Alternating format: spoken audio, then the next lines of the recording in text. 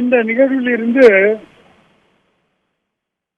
மாண்புமிகு சின்னம்மா அவர்கள்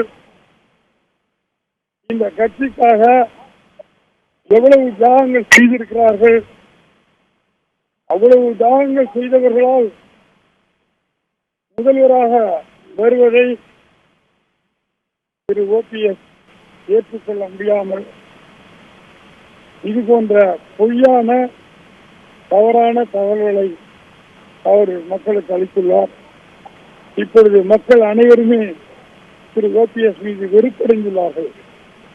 OPS அவர்கள் சுயநலக்காரராக இருந்திருக்கிறார் என்பது இப்பொழுது வெளிச்சத்திற்கு வந்துவிட்டது.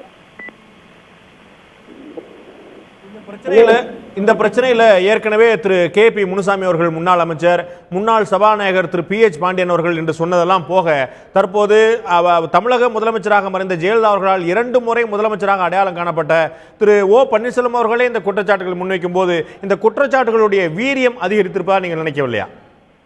இல்லை இல்லை, பொதுமக்கள் அனைவருமே திரு OPS அவர்களுடைய இந்த நிலைப்பாடை பார்த்து அதிர்ச்சி அடைந்துள்ளார்கள். இது போன்று ஒரு சுயநலக்காரராக அவர் இருக்கிறார் என்பது பொதுமக்களுக்கு தற்போது வெளிச்சத்திற்கு வந்துவிட்டது.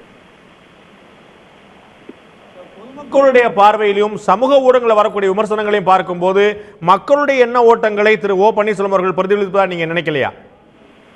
நிச்சயமாக இல்லை இல்லை இல்லை, தன் சுயநலத்திற்காக மட்டும்தான் இவ்வாறு அவர் பேட்டியை கொடுத்திருக்கிறார். இப்ப அனைத்து இந்திய அண்ணா திராவிட முன்னேற்ற கழகத்துடைய சட்டமன்ற உறுப்பினர்கள் மற்றும் பாராளுமன்ற உறுப்பினர்களுடைய நிலைப்பாடு என்னவாக இருக்கும்?